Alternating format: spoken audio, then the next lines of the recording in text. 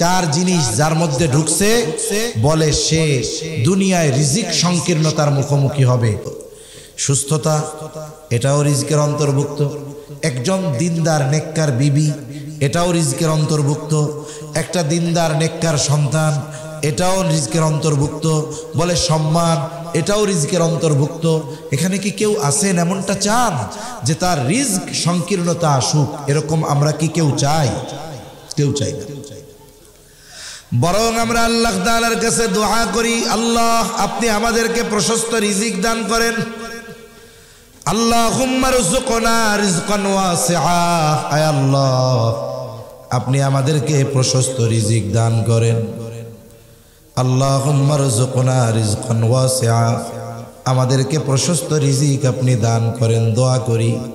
কিন্তু বাস্তবতা হলো এই আয়াতের আলোকে আল্লাহ তাআলা মূলত আমাদের অনেক মানুষের জীবনে রিজিকের সংকীর্ণতা আসে, কোন কারণগুলোর জন্য রিজিক সংকীর্ণতার মুখোমুখি হওয়া লাগতে পারে সেই কারণগুলোর কথা যিনি বর্ণনা করেছেন তিনি কে? তাহলে আল্লাহ তাআলা এরপরে বলেন, বাল্লা তুকরিমুনাল ইয়াতীম। প্রথমে বলেন তোমরা যে বলো তোমরা রিজিক সম্মানের উপযুক্ত, আমি দেই নাই, এটা কখনোই নয়। তাহলে রিজিক সংকীর্ণতা কেন আসলো? আল্লাহ তাআলা রিজিক সংকীর্ণতার এক নম্বর কারণ বলেন, লা তুকরিমুনাল ইয়াতীম। আল্লাহ তাআলা বলেন তোমাদের রিজিক সংকীর্ণতার এক নম্বর কারণ হলো তোমরা ইয়তীমদেরকে সম্মান করো না। ইয়তীমদের সম্মান করো না, এর দ্বারা উদ্দেশ্য কি? ইয়তীম তো স্বাভাবিক নাবালক, ছোট, সম্মান তো করতে হয় যে বড় তারে। মূলত এখানে উদ্দেশ্য হলো যে তোমরা ইয়তীমদের সাথে তাদের যে হক সেই হক আদায় করো না। ইয়তীমের হক কি? ইয়তীম মনে করেন প্রথমত দুই ধরনের হতে পারে, একটা হলো ধনী ইয়তীম, একটা হলো গরিব ইয়তীম। একজনের বাবা অনেক সম্পদ রেখে মারা গেছে, ওর বাপ নাই ঠিক কিন্তু অনেক সম্পদ আছে। আর একজনের বাবা মারা গেছে, বাবাও নাই সম্পদও নাই, বলে দরিদ্র ইয়তীম। ইয়তীম ধনী হোক আর গরিব হোক, উভয় ইয়তীমের সাথে ভালো ব্যবহার করা এটা ইয়তীমের এক নম্বর হক। ইয়তীম ধনী হলেও তার সাথে ভালো আচরণ, ইয়তীম যদি দরিদ্র হয় এর সাথেও ভালো আচরণ। বলে আপনি যদি ধনী ইয়তীমের সাথে খারাপ আচরণ করেন ওর দিলের মধ্যে ব্যথা আসবে। আহারে আমার আব্বা যদি আজকে বেঁচে থাকতো তাইলে মানুষেরা আমার সাথে খারাপ আচরণ করতো না। এই যে তার দিলের মধ্যে কষ্ট, দিলের মধ্যে ব্যথা। আর যে ইয়তীম দরিদ্র অসহায় তার সাথে যদি খারাপ আচরণ করা হয় তার দুইটা চিন্তা আসবে। এক নাম্বার, আমার আব্বা যদি বেঁচে থাকতো অথবা আমার জন্য যদি সম্পদ রাইখা যাইত, আমি যদি ধনী হইতাম তাইলে মানুষ আমার সাথে খারাপ আচরণ করতো না। এজন্য সকল ধরনের ইয়তীমের সাথে সদাচরণ করতে হবে, ভালো ব্যবহার করতে হবে। বলে ইয়তীমের সাথে সদাচরণ ভালো ব্যবহার এটা মুহাম্মাদুর রাসূলুল্লাহ সাল্লাল্লাহু আলাইহি ওয়াসাল্লামের কাজ। আর ইয়তীমের সাথে খারাপ আচরণ বলে এটা হলো আবু জেহেলের কাজ। আবু জেহেল ইয়তীমদের সাথে খারাপ আচরণ করত, রূঢ় ব্যবহার করত, কঠিন খারাপ আচরণ তারা করত। আচ্ছা একটা কথা বলি, কষ্ট নেবেন না তো? এই যে অনেক জায়গা আছে একেবারে এই পর্যন্ত মিশা এসে আপনারা বসে যান, একটু মিশে এসে বসে যান। পেছনে আসলে মনে হয় পাটি বেছানোর জায়গা শেষ, কারণ বেশ খানিকটা জায়গা রাস্তা। আপনি এক মুমিনরে জায়গা করে দেন, একবার একটু কষ্ট করে নড়াচড়া করতেছেন, আল্লাহ তাআলা এর বিনিময়ে দান করবে ইনশাআল্লাহ। একটু বাইরে আমার এদিকে একটু চলে আসেন, মুরব্বী বাবারা কষ্ট নিয়েন না, একটু নড়া চড়া এই কোনার দিকে চলে আসেন। এই জায়গায় 10-15 জন বসা যাবে, একটু চলে আসেন। একটু কষ্ট দিতেছি যেন আমার পরে আমাদের বাংলাদেশের শ্রদ্ধাভাজন ব্যক্তিত্ব উলামা ইকরামের সেরেতাজ আল্লামা আব্দুল আউয়াল সাহেব হাফিজাহুল্লাহ হযরতের জন্য কষ্ট করতে না হয়, কথা বলতে না হয়, উনি আইসাই জানি কথা শুরু করতে পারেন। এজন্য একটু মেহরবানি করে চলে আসেন, ফাঁকা জায়গা পূরণ করেন একেবারে নিজ দায়িত্বে। যার সামনে ফাঁকা আছে তিনি সামনে দেখে সামনে চলে আসেন, তাহলে আর বলার কোনো কিছু নাই, নিজেরাই চলে আসতে পারেন। এই নড়াচড়া করে বসার বিনিময়েও ইনশাআল্লাহ আল্লাহ তাআলা প্রদান করবে ইনশাআল্লাহ। কারণ কিয়ামতের দিন এই জমিন আল্লাহর কাছে সাক্ষ্য দিবে। আমার কথা না আল্লাহর কথা? وأخرجت الأرض أثقالها وقال الإنسان ما لها يومئذ تحدث أخبارها। জমিন সব খবর আল্লাহর কাছে বলে দিবে। এই সূরা জিলজালের তাফসীরের মধ্যে আসছে, জমিনের উপরে যেই জায়গায় বসে মানুষ যেই কাজ করছে, ভালো হোক আর মন্দ হোক, ওইটা জমিন আল্লাহর কাছে বলবে, আল্লাহ অমুকে অমুকে আমার উপরে বসে এই কাজ করছে। কারণ আপনি আমি যদি বেশি জায়গা নিয়ে ইবাদত করতে পারি, বলে এটা আমার জন্য ফায়দা বেশি। এজন্য অনেক বুজুর্গ মসজিদে নামাজ পড়ে, এই জায়গায় পড়ে 2 রাকাত, এরপরে আর একটু সইরা দেয়, আর এক জায়গায় পড়ে, আর এক জায়গায় পড়ে, মানে সারা জায়গা চিন্তা করে পুরা মসজিদ আমার পক্ষে সাক্ষী হয়ে যাক। এজন্য এই যে নইড়া চইড়া বসলেন, একটু কষ্ট হইলেও, একটু বিরক্তি লাগলেও আশা করি এটা আখেরাতে কাজে লাগবে। আল্লাহ কবুল করুক, বলি আমিন। তাহলে ইয়াতিমদের সাথে খারাপ আচরণ করা আবু জেহেলের কাজ। কার কাজ? জোরে বলেন। এজন্য আমরা ইয়াতিমদের সাথে সদাচরণ করব। খবরদার কোনো ইয়াতিমকে ধমক দিয়েও কথা বলবো না। আল্লাহ তাআলা আমার আপনার নবীকে বলেছেন, খবরদার আপনি ইয়াতিমদের সাথে রূঢ় সুরে কথা বলবেন না। ফাআম্মাল ইয়াতীমা ফালা তাকহার, আপনি ইয়াতিমদেরকে ধমক দিয়ে কথা বলবেন না।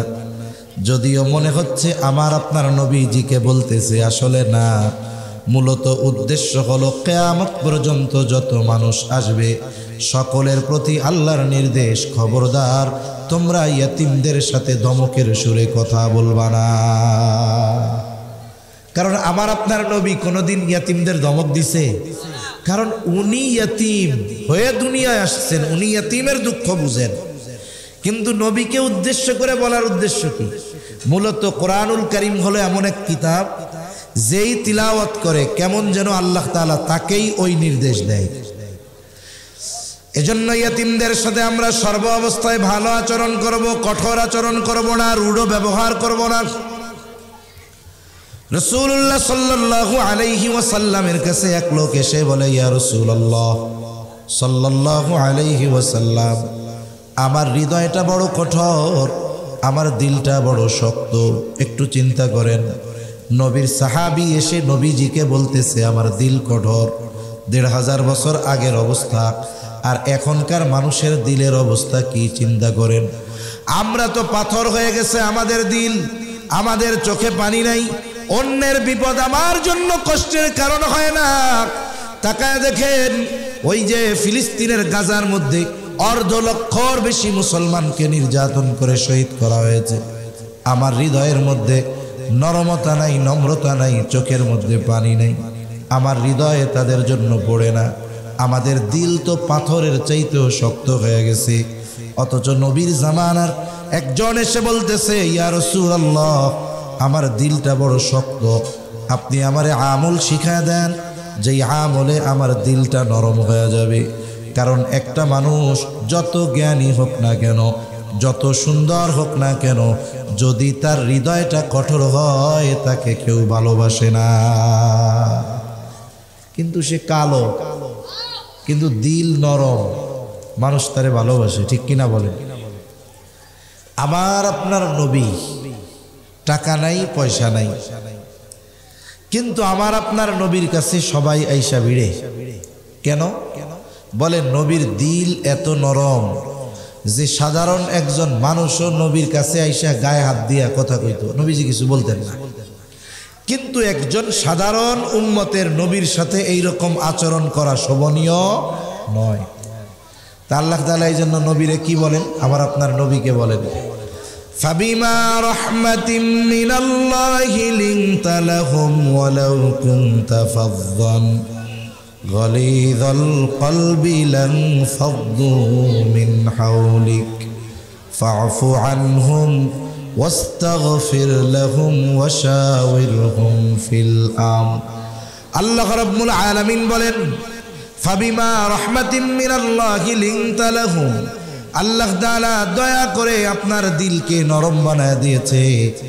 যদি আপনার দিলের মধ্যে রহম ভালোবাসা না থাকতো, ওয়ালাউ কুনতা ফাদ্দান গালিদাল কলবি লানফাদ্দু মিন হাওলিক, আর যদি আপনি রুক্ষ স্বভাবের হতেন, কঠোর হৃদয়ের হতেন, তাহলে এই মানুষগুলো আপনার আশেপাশে আসতো না। লানফাদ্দু মিন হাওলিক, এরা আপনার আশেপাশে এসে বসতো না। এখন এরা তো আসে, গ্রামের মানুষও আসে, আইসা উল্টা পাল্টা করে। গ্রামের মানুষ ওরা আইসা প্রশ্ন, ও মোহাম্মদ এটা কত? সাধারণ মানুষ তো, কিছু অঞ্চলের মানুষ এখনো আছে, আমরা যারা একটু মোটামুটি শহর কেন্দ্রিক, ওনাদের আচরণ শুনলে মনে হয় লোকটা মূর্খ।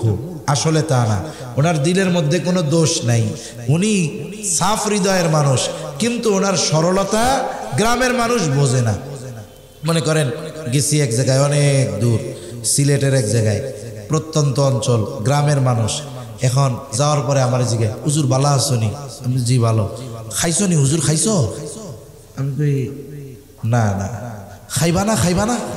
এখন মনে করেন যে হঠাৎ করে যদি কেউ এসে কয়ে খাইছো, খাবা না, তাহলে আমরা কি মনে করবো, ধুর এ লোক কি বলে, মূর্খর মতো। আসলে বিষয়টা ওইটা নয়। সে বলতেছে আমার কাছে খারাপ লাগলেও সে তার দিল সাফ, সে মোহাব্বত করে ভালোবেসেই বলতেছে, যদিও তার আচরণের সাথে আমি অভ্যস্ত না থাকায় আমার বিরক্তি লাগতেছে, আমি না বোঝার কারণে। এইরকম কিছু মানুষ আইসা নবীজির ওরকম জিজ্ঞাসা করতো। মনে করেন রাসূল সাল্লাল্লাহু আলাইহি ওয়াসাল্লাম একজনের সাথে কথা বলতেছে। এখন আদব কি, আপনার সাথে বা আপনি কারোর সাথে যখন কথা বলবেন, কথা শেষ হওয়ার পরে আমি আপনার কাছে গিয়ে কথা জিজ্ঞাসা করব। গ্রামের মানুষ তো বুঝে না, কথা বলতেছে আইসা গায়ে হাত দিয়া, এই এটা কি হয়েছে, কত আমারে, কত আমারে। তা এরা যে নবীর কাছে আইসা এরকম আচরণ করত কেন? বলে নবীর দিল তো নরম, এই জন্য আসতো। এরা তো দোষ মনে করে না, নবীর সাথে এটা করে ভালোবাসা, কিন্তু এটা তো নবীর সাথে আচরণ, এটা শোভনীয় নয়। কিন্তু এরা যে করে, বুঝে করে না না বুঝে করে, ভালোবেসে করে না এমনি করে, মোহাব্বত করে। এজন্য আল্লাহ বলেন, আরে তুমি যদি একটু কঠোর হৃদয়ের হইতা, তোমার আশেপাশে তো কেউ আসতো না। লানফাদ্দু মিন হাওলিক। তা এরা আইসা যেহেতু একটু উল্টা পাল্টা করেই, কি করবা? আল্লাহ তাআলা আমার আপনার নবীরে বলেন, প্রথম ফাফু আনহুম, আপনি তাদের মাফ করে দিবেন। তাদের আচরণে যদি আপনি কোনো কষ্ট পান, প্রথমে আপনি তাদের মাফ করবেন, তারপরে কি করবেন? ওয়াস্তাগফির লাহুম, ওদের জন্য আপনি আবার আল্লাহর কাছে ক্ষমা চাইবেন। সুবহান, চিন্তা করছেন যে আল্লাহ সুবহানাহু ওয়া তাআলা আমার আপনার নবীকে কত রহম দিলওয়ালা বানায় দিয়েছেন। এজন্য যেই মানুষের দিল নরম, দেখবেন মানুষ তার কাছে যায় বেশি, তার কাছে ভেড়ে বেশি, চেহারা কালা হয় হোক, কারণ তার কাছে গিয়ে মানুষ মনে করে কেমন যেন উনি আমারই মানুষ। নবীজি সাল্লাল্লাহু আলাইহি ওয়াসাল্লাম ওই ব্যক্তিকে বলতেছে, ওয়ামসাহ রাসাল ইয়াতীম ওয়া আত'ইমিল মিসকিন, তুমি ইয়াতীমের মাথায় হাত বুলা দাও, মিসকিনদের খানা খাওয়াও, তাহলে আল্লাহ রাব্বুল আলামিন তোমার শক্ত দিলটা নরম বানায় দিবে। তার মানে আমি আপনি যখন ইয়াতীমের কাছে আসব, ইয়াতীমের মাথায় হাত বুলায়া দিব। দেখবেন আপনি একজন ইয়াতীমকে যদি ডাক দেন, ছোট বাচ্চা, মা নাই বাবা নাই, মাদ্রাসায় আছে, একটা দিন একটু আদর করে পাশে বসায় তার মনের খবরটা জানতে চান, দেখবেন ও আপনার কাছে আপনার মনের সব কথা বলবে, মা বাবা না থাকার যন্ত্রণা কষ্টের কথা বলবে। কিন্তু যখন ইয়াতীমের সাথে যখন কেউ খারাপ আচরণ করে, তার দিলের মধ্যে প্রথমেই চিন্তাটা আসে, আরে আজকে যদি আমার মা বাবা থাকতো তাইলে আমার সাথে এরা খারাপ আচরণ করতো না। এজন্য ইয়াতীমের প্রথম হক, ইয়াতীম ধনী হোক আর গরিব হোক, আমরা সব ইয়াতীমের সাথে ভালো ব্যবহার করবো, কারণ ইনশাআল্লাহ দেখা হইলেই মাথায় হাত বুলায় দিব, ছোট হইলেই পারলে একটা চকলেট কিনে দিব, দিবেন 2 টাকা দিয়ে একটা চকলেট কিনা, একটু খোঁজ খবর নিবেন, ওর দিলটা বড় হয়ে যাবে। আপনি স্বাভাবিক আমার খোঁজ নিবেন, আমি যতটুকু খুশি, একজন ইয়াতীমের খোঁজ নিলে 1000 গুণ বেশি খুশি সে হবে, ঠিক কিনা? তাহলে ইয়তিমের এক নম্বর হক, বলে ইয়তিমের সাথে সদাচরণ করা। ইয়তিমের সাথে সদাচরণ করলে দিল নরম হয়, দিল নরম হয়ে যায়, কান্নাওয়ালা দিল হয়, মানুষের ভালোবাসাওয়ালা দিল পাওয়া যায়। 2 নম্বর বলে কারো যদি সামর্থ্য থাকে সে ইয়তিমের অভিভাবকত্ব গ্রহণ করবে। মনে করেন এই যে ইয়তিমখানা, অথবা আপনার আত্মীয় স্বজনের মধ্যে ইয়তিম থাকতে পারে, এমন ইয়তিম যার খাওয়া লেখাপড়া করার মতো অ্যাবিলিটি নাই, সামর্থ্য নাই। যাকে আল্লাহ সামর্থ্য দিয়েছে, এক পরিবারে যদি 10 জন থাকে, 5 জন থাকে, 5 জনের ভাতের প্লেট থেকে এক মুঠ উঠায়া দিলে আর একজনের খাবার এমনি হয়ে যায়, ঠিক কিনা? যেই ঘরে একজন ইয়তিম আছে আর তার সাথে সদাচরণ করা হয়, আবার নবীজি বলেন ওই ঘর কতই না নিকৃষ্ট ঘর, যেই ঘরে একজন ইয়তিম আছে আর তার সাথে অসদাচরণ করা হয়। বুজুর্গানে দিন বলেন, বলে যেই ঘরে ইয়তিম তার সাথে যদি ভালো আচরণ করা হয়, ওই ঘর আল্লাহ রহমত বরকত দিয়ে ভরপুর করে দেয়। আবার ইয়তিম আছে বলে খারাপ আচরণ করা হয়, আল্লাহ তাআলা রহমত বরকত ওই ঘর থেকে উঠায় নিয়ে যায়। আপনি মনে করতে পারেন একজন ইয়তিমকে ঘরে রাখবেন, লালন পালন করবেন, কি খাওয়াবেন? আল্লাহর কসম, একজন ইয়তিম ভালো খাবারের চাইতে ভালো ব্যবহারের ব্যাপারে বেশি আশাবাদী হয়। ও চায় যা খাওয়ায় খাওয়া, আমার সাথে আচরণটা যেন ভালো করে। আমার আপনার নবী মুহাম্মদুর রাসূলুল্লাহ সাল্লাল্লাহু আলাইহি ওয়াসাল্লাম 6 বছরে যখন মা মারা গেল, এরপরে অভিভাবক হইল দাদা আব্দুল মুত্তালিব। 8 বছর বয়স আমার আপনার নবীর নাবালক আব্দুল মুত্তালিব জীবনের অন্তিম মুহূর্ত অতিবাহিত করতেছে। ওনার পরে আমার আপনার নবীর অভিভাবকত্ব কে নিবে, কে দায়িত্ব নিবে? আব্দুল মুত্তালিবের অনেকগুলো সন্তান, বলে সব সন্তান আমার আপনার নবীকে মহব্বত করে ভালোবাসে, সবাই টাকা পয়সাওয়ালা বেশি। আব্দুল মুত্তালিবের সন্তানদের মধ্যে সবচাইতে কম সম্পদের মালিক ছিল আবু তালেব। আব্দুল মুত্তালিব অন্য কাউকে ডাকেন নাই, ডাকছে আবু তালেব। ডাক দিয়া বলে, আবু তালেব, আমার মৃত্যুর পর মুহাম্মাদের সকল দেখাশোনার দায়িত্ব তোমার উপরে দেওয়া হলো, তোমার উপরে অর্পিত হবে। ওসিয়ত করেছে। অথচ অন্যান্য সন্তানরাও আমার আপনার নবীকে ভালোবাসতেন, তারা ধনীও ছিল, টাকা পয়সাও ছিল। আব্দুল মুত্তালিব তাদের অধীনে আমার আপনার নবীকে রাখার ওসিয়ত করেন নাই। আবু তালেবের ক্ষেত্রে কেন করলেন? বলে ওনার সব ছেলে আমার আপনার নবীকে ভালোবাসতো, কিন্তু সবার মধ্যে আব্দুল মুত্তালিবের সন্তানদের মধ্যে আবু তালেব সবচাইতে বেশি ভালোবাসতো। বিদায় সম্পদকে প্রাধান্য না দিয়ে ভালোবাসাকে প্রাধান্য দিয়ে আব্দুল মুত্তালিব আবু তালেবের কাছে আমার আপনার নবীকে অর্পণ করে গেলে। বলেন এখানে কি সম্পদরে প্রাধান্য দিছে না মোহাব্বতকে? আপনার ঘরে যদি ইয়তিম থাকে, আপনার অ্যাবিলিটি কম, সকালবেলা খাওয়াইছেন পান্তা ভাতার রাতের তরকারি দিয়া, দুপুরবেলা খাওয়াইছেন কোনো মতে একটা তরকারি দিয়া, রাত্রে যেটাই খাওয়াইছেন ওটা দুপুরেও খাওয়াইছেন, কিন্তু আপনি খুব আদর করে নিয়ে খাওয়ান। খাওয়ানোর পরে মাথায় হাত দিয়া আদর করে বলেন যে আমার তো মন চায় তোমারে ভালো খাওয়াইতে, কিন্তু আমি তো পারি না, দোয়া করো আমার জন্য। বলেন তো এই বাচ্চাটা যাই খাওয়ানো হোক ওর দিলের মধ্যে কষ্ট থাকবে, কিন্তু আপনি ভালো খাওয়াইয়া যদি খারাপ ব্যবহার করেন কষ্ট লাগবে কি লাগবে না? সেজন্য মনে রাখতে হবে ইয়াতিম বাচ্চার আপনি অভিভাবক হবেন, অভিভাবকত্বের দায়িত্ব নেবেন। অনেক হয়তো চিন্তা করে খাওয়ামু কি, চিন্তার কারণ নাই, সর্বোচ্চ ভালো ব্যবহার যদি করা হয় এতেই বাচ্চা খুশি, ঠিক কিনা? আপনার আমার লাভ কি হলো? আমার আপনার নবী বলেন ইয়াতিমের অভিভাবক যদি কেউ হয়ে যায়, আনা ওয়া কাফিলুল ইয়াতিম কাহাতাইনি ফিল জান্নাহ, নবীজি বলেন আমি আর ইয়াতিমের অভিভাবক জান্নাতের মধ্যে অবস্থান করব। এই 2 আঙ্গুলের ইশারা দিয়ে নবী বলেন এই 2টা আঙ্গুল যেমন পাশাপাশি অবস্থানরত, আমার আপনার নবী বলেন আমি আর ইয়াতীমের অভিভাবক ওই রকম জান্নাতে পাশাপাশি অবস্থান করব। দুনিয়াতে একজন মানুষ আরেকজন সম্মানিত মানুষের সাথে একটু থাকার জন্য, ছবি তোলার জন্য কত কিছু করে, আছে না নাই? মনে করেন আমাদের ঢাকার এই পাশ, কুমিল্লা, নোয়াখালী, চাঁদপুর, ফেনী, চট্টগ্রাম, সিলেট, মিলেট, এদিকের মানুষ ওলামায়ে কেরামের পদাচারণা বেশি, হক্কানি পীর মাশায়েখের পদাচারণা বেশি, এরা মোটামুটি দিন বুঝে। কিছু কিছু সময় ওই উত্তর অঞ্চলে যাই একবারে, যেখানে গ্রামের পর গ্রাম, মাদ্রাসা নাই, আলেম নাই, যুবকরা কোনো মতে মাহফিলের আয়োজন করছে। কি বায়না ধরে জানেন?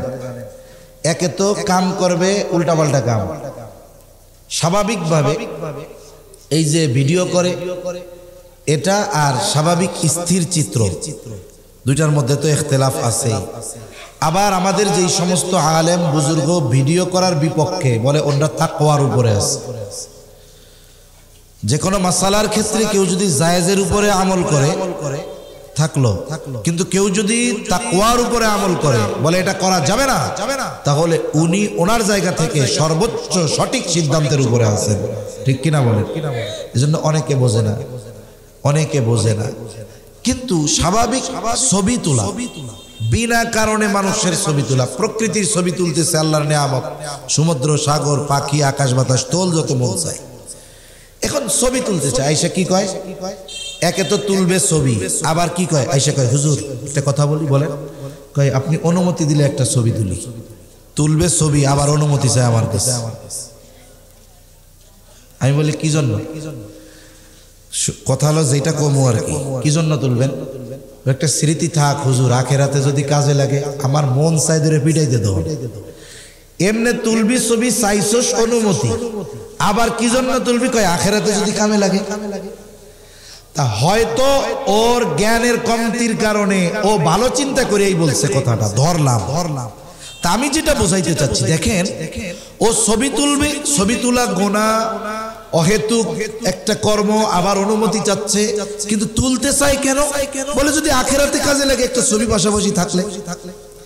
মানে ওর নিয়ত ভালো কিন্তু কর্মটা খারাপ। একজন জমজমের পানি পানের ফজিলত শুইনা আর সহ্য করতে পারতেছে না, যে এত ফজিলত, এই পানি যদি পান না কইরা জীবনে মইরা যায় তাই তো জীবনই বৃথা। পানি পাবে কই? মন চাইলেই কি সেই মক্কা শরীফ যায় পান করা যাবে?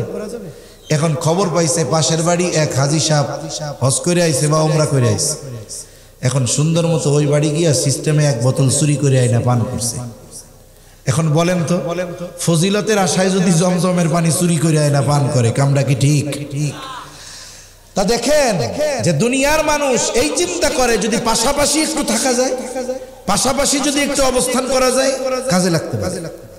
আবার অনেক সময় সামসা নেতা, বড় নেতার সাথে কোনো মতো একটা ছবি তুলতে পারলে ওইটা যদি তার কাছে থাকে, মোটামুটি দুনিয়ার সব আযাব ওইটা দিয়ে ঠেকাই দিতে পারে।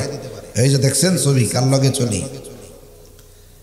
একটু চিন্তা করেন, দুনিয়ায় একজন ভালো মানুষের সাথে আরেকজন মানুষ থাকতে চায়, আর আমাদের সবচাইতে বড় সুযোগ নবীর সাথে জান্নাতে থাকার সুযোগ, আছে না নাই? আরে সাহাবায়ে কেরাম নবীর সাথে জান্নাতে থাকতে পারবে, এই সংবাদ শুইনা এত খুশি হইছে। হযরত আনাস রাদিয়াল্লাহু তাআলা আনহু বলেন, ইসলাম গ্রহণের পরে আর কোনো কথায় আমরা এত খুশি হইনি। ওনাদের চিন্তা ছিল এরকম, জান্নাতে যে যাব, দুনিয়ায় তো নবীর সাথে থাকতে পারতেছি, জান্নাতে গেলাম কিন্তু যদি নবীর সাথে না থাকতে পারি কেমন হইল বিষয়টা? তার মানে ওনারা জান্নাতে যাওয়ার চাইতে নবীজির সাথে অবস্থান করাটাকে ওনারা প্রাধান্য দিয়েছেন বেশি। এজন্য একদিন এক গ্রাম্য সাহাবী আসছে, নবীজির কাছে আয়েশা জিজ্ঞাসা করে, ইয়া রাসূলুল্লাহি মাতাস সাআহ। ওই গ্রামের মানুষ আর কি, আরেকজনের সাথে নবী কথা বলতেছে, আয়েশাই কয়, ইয়া রাসূলুল্লাহ কিয়ামত কখন হবে? মানে ওনার ভাবসা বলে ওইরকম, উনি বাসের টিকিট কেটে বসে রয়েছে, গাড়ি আর আসে না, মানে উনি কিয়ামতের জন্য টিকিট নিয়ে রেডি, কিন্তু কিয়ামত আসতেছে না। তার রাসূল সাল্লাল্লাহু আলাইহি ওয়াসাল্লাম ওই ব্যক্তির সাথে কথা শেষ করে, যেহেতু ওনার বাচন ভঙ্গিটা এরকম, নবীজিও পাল্টা প্রশ্ন করছে, মা আ'দাত্তা লাহা, তুমি কিয়ামতের জন্য কি পাথেয় সংগ্রহ করছো? লোকটা সহজ সরল মানুষ, বলে আমি আল্লাহ এবং তার রাসূলকে ভালোবাসি। নবীজিও জবাব দিলেন আল মারউ মা'a মান আহাব্বা, যে যাকে মহব্বত করে তার সাথে অবস্থান করবে। লোকটা বাড়ির দিকে হাঁটা দিছে, চলে গেছে। হযরত আনাস রাদিয়াল্লাহু তাআলা আনহু বলেন, যে যাকে ভালোবাসে তার সাথেই অবস্থান করবে পরকালে জান্নাতে। এই খবর যখন নবীর মুখে আমরা শুনলাম, ইসলাম গ্রহণের পরে অন্য কোনো কথায় এত বেশি খুশি আমরা হই নাই যত খুশি এই কথা শোনার পরে হয়েছি। সেই সুযোগ আমাদের আছে না নাই? এখন বলতে পারেন হুজুর আমি তো দরিদ্র, কেমনে চালামু? একজনের খরচ দেওয়ার মতো অ্যাবিলিটি আমার নাই। মনে করেন মসজিদ বানানোর ফজিলতের হাদিস নবীজি বলেন, মান বানা লিল্লাহি মসজিদান বানাল্লাহু লাহু বাইতান ফিল জান্নাহ। নবীজি সাল্লাল্লাহু আলাইহি ওয়াসাল্লাম বলেন, যে আল্লাহর জন্য মসজিদ নির্মাণ করলো, আল্লাহ তাআলা তার জন্য জান্নাতে ঘর নির্মাণ করবে। এখন এই ফজিলতের কথা শুনে প্রত্যেকেই যদি চিন্তা করে, তাহলে আমিও একটা মসজিদ বানাই, আমিও বানাইলাম, আপনিও বানাইলেন, সবাই মসজিদ বানাইলো। এখন ইমামও নাই, মুয়াজ্জিনও নাই, মুসল্লিও নেই। এখন মসজিদ হবে, জামাত হবে না। এর দ্বারা উদ্দেশ্য কি? আমার একা একটা বানাইতে হবে এটা না, মসজিদ বানাচ্ছে, আপনি ওই মসজিদ বানানোর কাজে অংশগ্রহণ করেন। একটা ইট দিয়ে হইলেও করেন, 10 বস্তা সিমেন্ট দিয়ে হইলেও করেন। তার মানে মসজিদ বানানোর কাজে যে অংশগ্রহণ করবে আল্লাহর জন্য, তার জন্য জান্নাতে ঘর নির্মাণ করবেন কে? আচ্ছা, এখন ইয়াতীমের অভিভাবকত্বের দায়িত্ব, এই অনেক মাদ্রাসা আছে, আপনাদের মাদ্রাসায়ও থাকতে পারে, অনেক ইয়াতীম আছে, এর খরচ পুরাটাই মাদ্রাসা থেকে চালানো লাগে। আপনি আসেন মুহতামিম সাহেবের কাছে, আইসা বলেন হুজুর ইয়াতীম যদি থাকে, আমার তো পুরা দায়িত্ব নেওয়ার মতো সামর্থ্য নাই, আমি একটা ইয়াতীমের সারা বছরের যেই পোশাক লাগে দিব, কয় সেট? 2 সেট জামা পায়জামা দিব, 2টা লুঙ্গি, এটা দিব। বলে তেল পানি সাবান যা লাগে আমি দিব। আপনি তার জীবনে যা প্রয়োজন, এই প্রয়োজনীয় যে কোনো একটা অংশের অভিভাবকত্বের দায়িত্ব নেন। আল্লাহ যদি মসজিদে একটা ইট দিয়ে অংশগ্রহণ করলে জান্নাতে ঘর বানায় দিতে পারে, তাহলে ইয়াতীমের যদি একটা অংশের অভিভাবকত্বের দায়িত্ব নেওয়া যায়, আল্লাহ তাআলা নবীর সাথে জান্নাতে থাকার ব্যবস্থা করতে পারে কি পারে না? এজন্য আমরা যাদের সামর্থ্য আছে ইয়াতীমের অভিভাবকত্ব গ্রহণ করব। 3 নাম্বার বিষয়, আমার আপনার অধীনে যদি কোনো ইয়াতীম থাকে, খবরদার তার সম্পদ আমি ভক্ষণ করব না। আমাদের সমাজে অনেক মানুষ আছে ইয়াতীম, তার বাবা মারা গেছে, দেখা যায় আত্মীয় স্বজন আরো খুশি, কেন? কয়টা মরছে, ওর জমিটা আমরা দখল দিয়ে খাইতে পারবো, আছে না নাই? সাধারণভাবে অন্যায়ভাবে কারো সম্পদ ভক্ষণ করা এটা জঘন্য গুনাহ। রাসূলুল্লাহ সাল্লাল্লাহু আলাইহি ওয়াসাল্লাম বলেন, কেউ যদি অন্যায়ভাবে কারো 1 বিঘত জমিন দখল দেয়, 1 বিঘত, কয় বিঘত জোরে কর? আমাদের গ্রাম অঞ্চলে দেখছি অনেক জায়গায় এমন হয়, আইল কুপাইতে কুপাইতে 2 পাশ দিয়া আরেকজনের জমি খাইয়াই ফেলায়। এই আইল কুপাই না বুজুর্গ আছে না গ্রাম অঞ্চলে, এই যে কি এক রোগ বুঝি না, এত লোভ কেন? এই কামগুলা করে, মাফ করে দিয়ে না আমারে, যুবকদের চাইতে বুড়া মানুষ বেশি করে। কবরের মধ্যে 70 বছর বয়স, মরতে তো বাকি নাই। উম্মতের গড় হায়াত হলো 60 থেকে 70 বছর বয়স হয়েছে, লাঠি একটা বদ দিয়া একবারে ওই জমির মধ্যে যাইয়া আইল কোবাবে, তলে কোপ মারে, মাটির নিচের দিক কোপ মারে, মানুষ পাড়া দিলে ভাঙ্গা যেন এমনি জমির মধ্যে চলে যায়। কি করতেছে? নবীজি বলেন, 1 বিঘত জমি যদি অন্যায়ভাবে কেউ কারোটা দখল দেয়, 7 তবক জমিন তার গলার সাথে ঝুলাইয়া দেওয়া হবে। সাধারণভাবেই তো আরেকজনের হক অন্যায়ভাবে নষ্ট করা যাবে না। আর আল্লাহ তাআলা ইয়াতীমের সম্পদকে আগুন বলে অভিহিত করেছে। আল্লাহ তাআলা বলেন, ইন্নাল্লাযীনা ইয়াকুলুনা আমওয়ালাল ইয়াতামা যুলমান ইন্নামা ইয়াকুলুনা ফি বুতুনিহিম নারা। আল্লাহ তাআলা বলেন নিশ্চয়ই যারা অন্যায়ভাবে ইয়তীমের সম্পদ ভক্ষণ করে, ইন্নামা ইয়াকুলুনা ফি বুতুনিহিম নারা, কেমন যেন তারা তাদের পেট আগুন দিয়ে ভরপুর করে। মনে রাখবেন, জুলুম এটা যে শুধু ক্ষমতা প্রয়োগ করে হয় এমনটা নয়। মানুষ বিভিন্ন পদ্ধতিতে জুলুম করে, বলে মিষ্টি খাওয়াইয়াও জুলুম করে, ঠিক কিনা বলেন?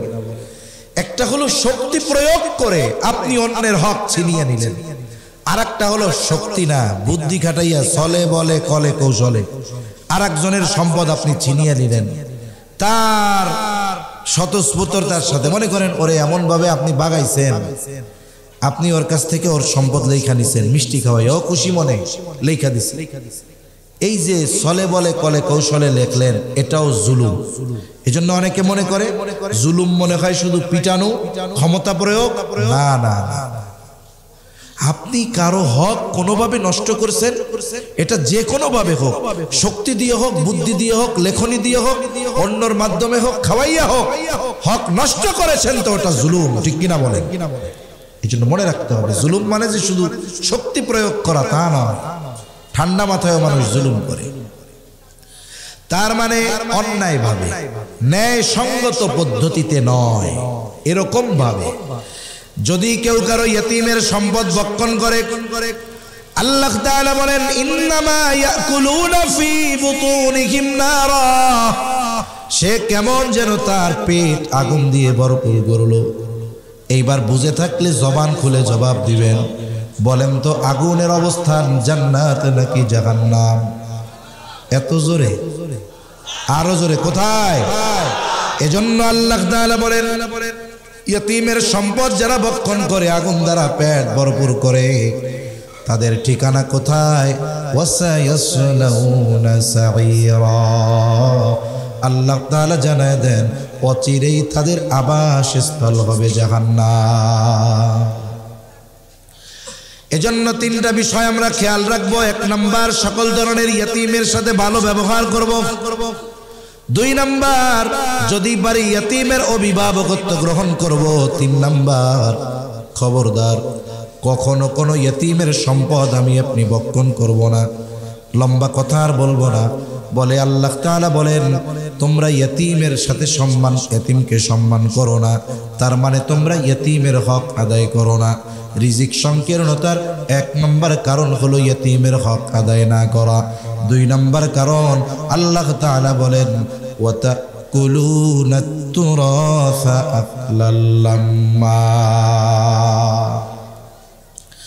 দুই নম্বর কারণ আল্লাহ তাআলা বলেন ওয়ালা তাহাদ্দুনা আলা তুআমিল মিসকিন।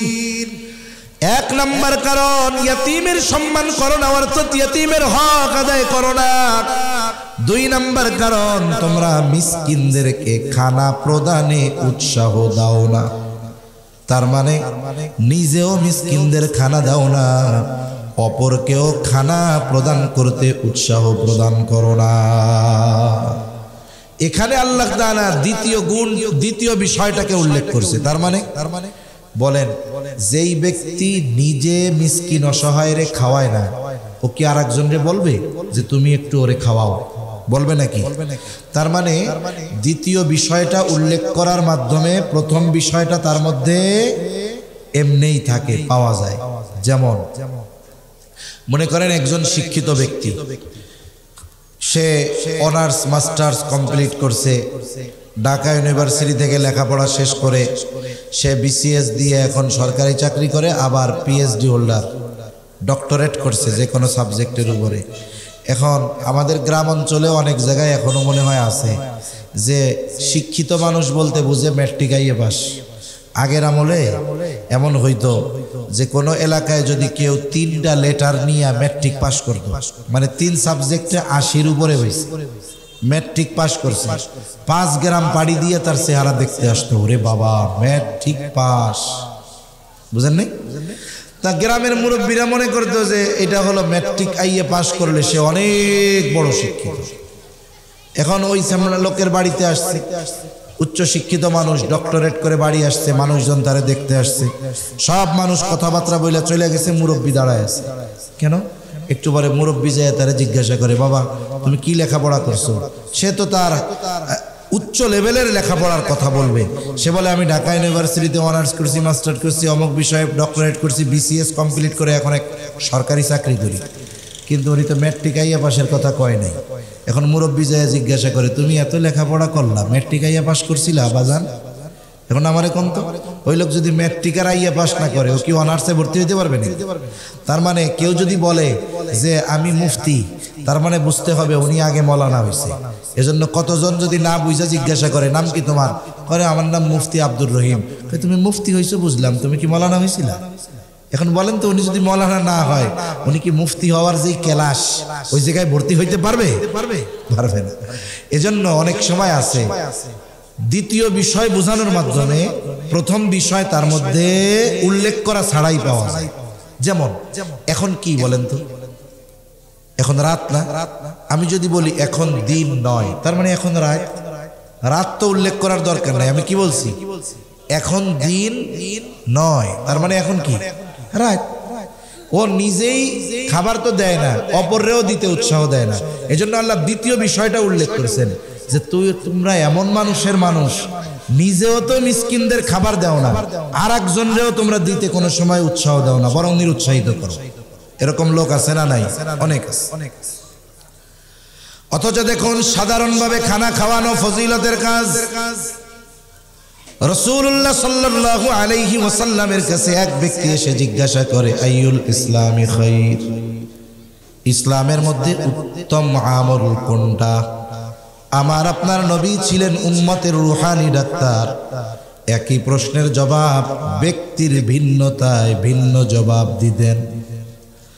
নবীজি সাল্লাল্লাহু আলাইহি ওয়াসাল্লাম এই ব্যক্তির প্রশ্নের জবাবে বললেন, তুতঈমুত তাআম ওয়া তাকরাউস সালাম আলা মান আরাফতা ওয়া মান লাম তা'রিফ। নবীজি বলেন, তুমি মানুষকে খানা খাওয়াও আর পরিচিত অপরিচিত সবাইকে বেশি বেশি সালাম দাও।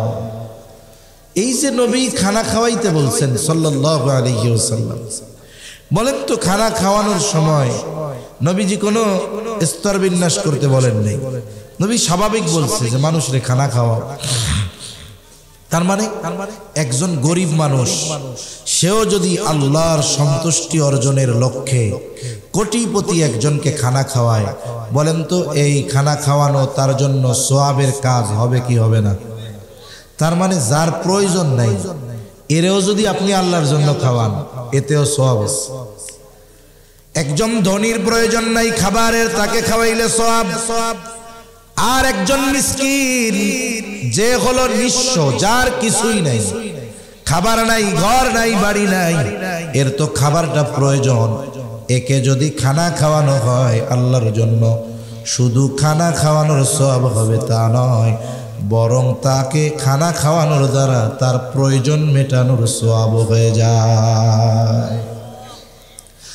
হাদিসের মধ্যে আসছে, নবীজি সাল্লাল্লাহু আলাইহি ওয়াসাল্লাম বলেন, এক মুসলমান যদি আরেক মুসলমানের কোনো প্রয়োজন মিটায় দেয় তাহলে কি হবে? নবী আমার বলেন, আল্লাহ রাব্বুল আলামিন ওই ব্যক্তির দুনিয়া আখিরাতের প্রয়োজন মিটায় দিবে। এজন্য অনেক সময় আমাদের মুমিন ভাই, মুসলিম ভাই, তাদের কিছু প্রয়োজন আমরা দেখি, আরে ভাই প্রয়োজন অনেক বড়টা দরকার নাই। মনে করেন একজন তার ঝুড়ি মাথায় উঠাবে, এই মাথায় উঠানো তার প্রয়োজন না? আপনি যা একটু দইরা দিলেন, এই যে একটা প্রয়োজন মিটায়া দিলেন, এর ফজিলত কি? নবী তো বলেন নাই যে বড় প্রয়োজন। যে কোনো প্রয়োজনই যদি মিটিয়ে দেওয়া হয়, বৈধ প্রয়োজন, তাহলে কি হবে? আল্লাহ তাআলা দুনিয়া আখিরাতে তার প্রয়োজন মিটায়া দেবে। এজন্য আমরা আমাদের মুমিন ভাই যারা আছে, আমরা এদের ছোটখাটো প্রয়োজন মেটানোতে সহযোগিতা করব, বলেন ইনশাআল্লাহ। তাইলে আমাদের লাভ দুনিয়ায়ও হবে, আখিরাতেও হবে। তাহলে মিসকিনদের খানা খাওয়াইলে 1 নাম্বার তার প্রয়োজন মেটানো হয়, 2 নাম্বার খানা খাওয়ানোর সওয়াব হয়। আবার যদি এই মিসকিন অসহায় ব্যক্তি আমার আপনার প্রতিবেশী হয়, তাইলে দায়িত্ব আরো বেশি। কারণ আমার আপনার নবী বলেন ওই ব্যক্তি মুমিন নয় যে নিজে পেট পুরে খায়, তার প্রতিবেশী অভুক্ত থাকে। আমি আপনি পেট বইরা খাবো, আমার আপনার প্রতিবেশী না খায়া থাকবে, বলে আমি আপনি প্রকৃত মুমিন হতে পারি নাই। এই যে শাবান মাস চলতেছে, অর্ধেকের বেশি শেষ হয়ে গেল, রমজান সমাগত। আমি আপনি হয়তো চিন্তা করতেছি রমজান মাস আসতেছে, হরেক রকমের ইফতার হবে, সাহরি হবে। আমার আপনার সামনে ইফতারের সময় 8-10 প্রকারের আইটেম থাকবে, এরপরেও আরেকটা আইটেম নাই, তরমুজ। তরমুজ থাকলে ভালো হইতো। অথচ আপনার আমার প্রতিবেশী দেখা যাবে ইফতারের সময় পান্তা ভাত আর লবণ নিয়ে বসে আছে, আজান হবে আর ইফতার করবে। আমার আপনার 10 প্রকারের পরে আরো 1 প্রকারের চাহিদা, আর ওই আল্লাহর বান্দার ভাত খাওয়ার তরকারি নেই। এজন্য বলেন প্রতিবেশীর দিকে খেয়াল রাখার দরকার আছে না নাই? মনে রাখতে হবে, আমি আপনি বিপদ আপদে পড়লে আমার আপনার আত্মীয় স্বজন যত প্রভাবশালী হোক না কেন, আমি কিন্তু 10টায় শেষ করে দিব। কত দূর আছে?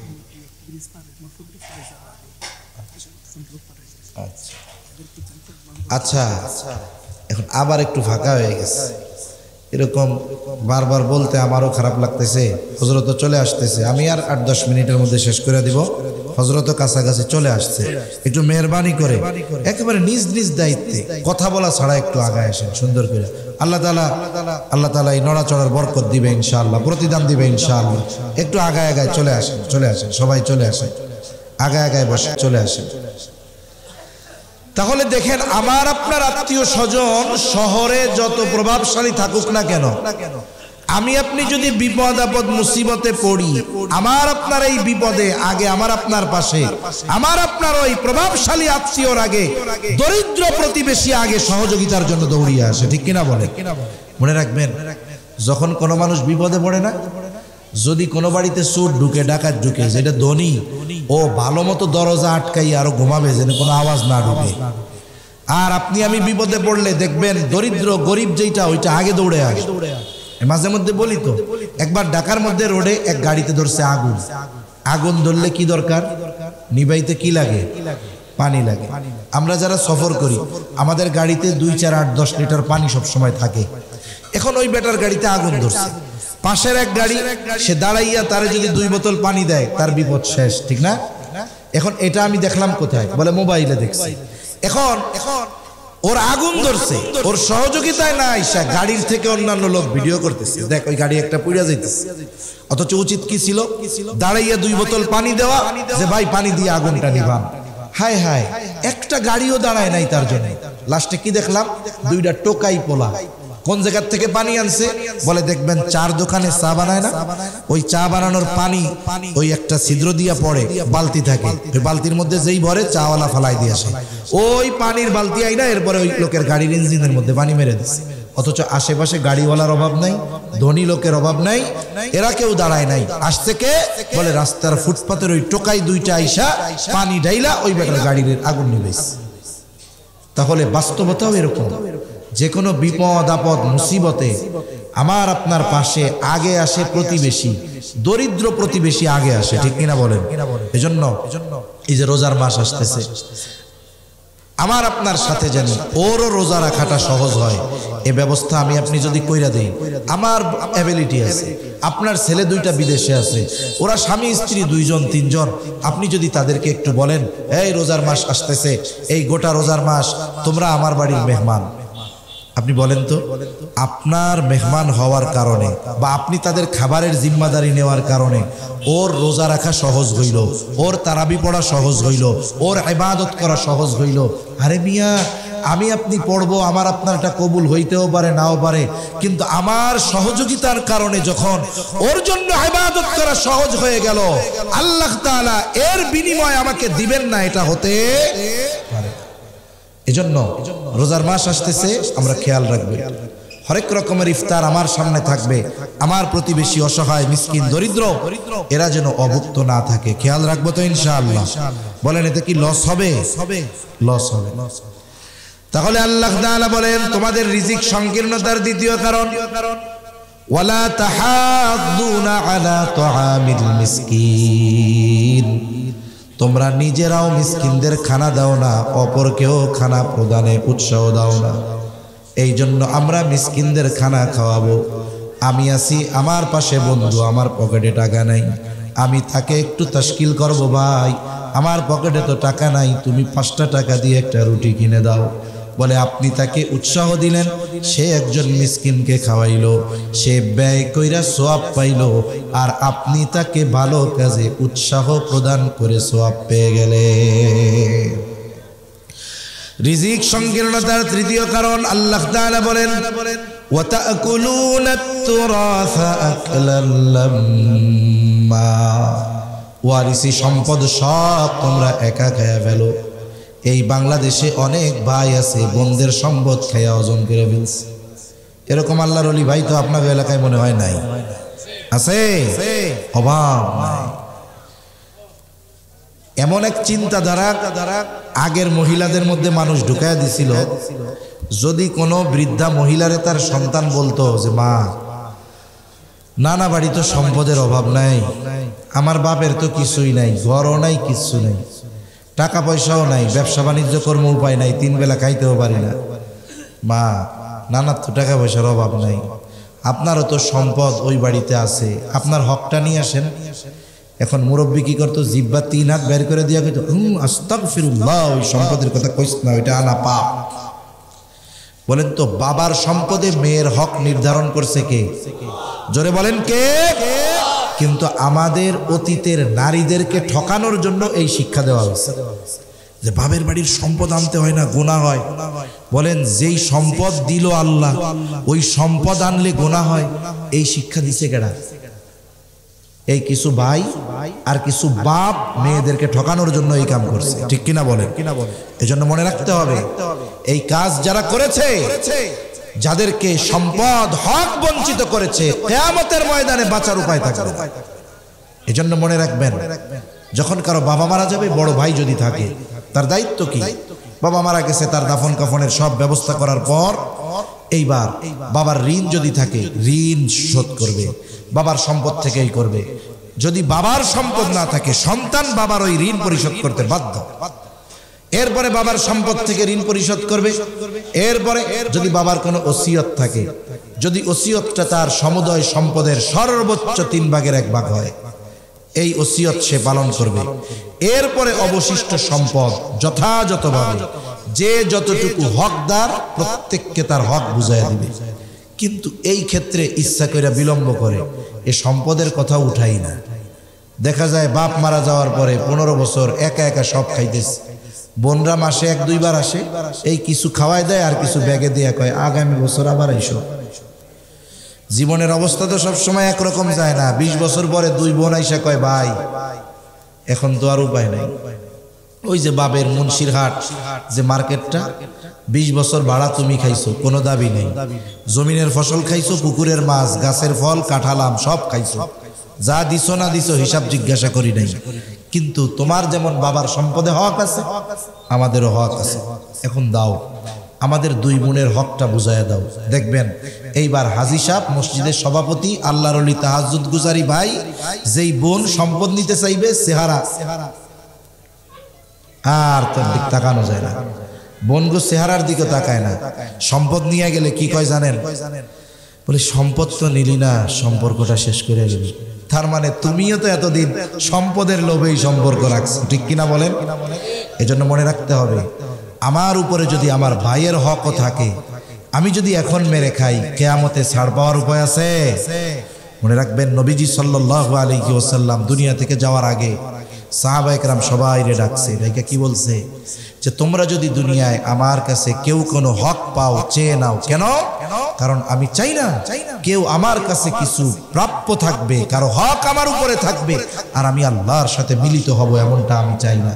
এই জন্য আমরাও এমন এক জীবন চাই যেই জীবনে দুনিয়া থেকে যাওয়ার পরে কেউ কথা বলতে পারবে না যে অমকের কাছে আমি এটা পাইতাম, অমক আমার হক নষ্ট করছে, অমক আমার সম্পদ মেরে খেয়েছে, এমন কথা যেন কেউ না বলতে পারে। মনে রাখবেন, নবীজি সাল্লাল্লাহু আলাইহি ওয়াসাল্লাম বলেন, তোমরা ওই দিন আসার আগে সতর্ক হও। কোন দিন?